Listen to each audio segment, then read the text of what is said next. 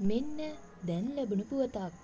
මියන්මාරයේ ප්‍රබල භූකම්පනයක් සිදු වී ඇතැයි විදෙස් මාධ්‍ය වාර්තා කරනවා. එහි ප්‍රබලත්වය සටහන් වී ඇත්තේ රික්ටර් මාපකයේ ඒකක 6.9ක් ලෙසයි.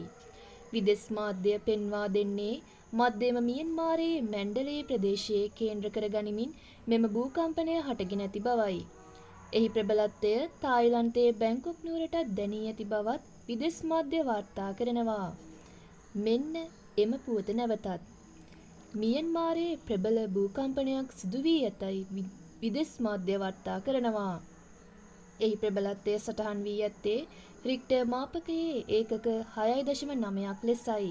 විදෙස් මාධ්‍ය පෙන්වා දෙන්නේ මධ්‍යම මියන්මාරයේ මැන්ඩලේ ප්‍රදේශයේ කේන්ද්‍ර කර ගනිමින් මෙම භූකම්පනය හටගෙන ඇති බවයි. එහි ප්‍රබලත්වය තායිලන්තයේ බැංකොක් නුවරටත් දැනී ඇති බවත් විදෙස් මාධ්‍ය වාර්තා කරනවා.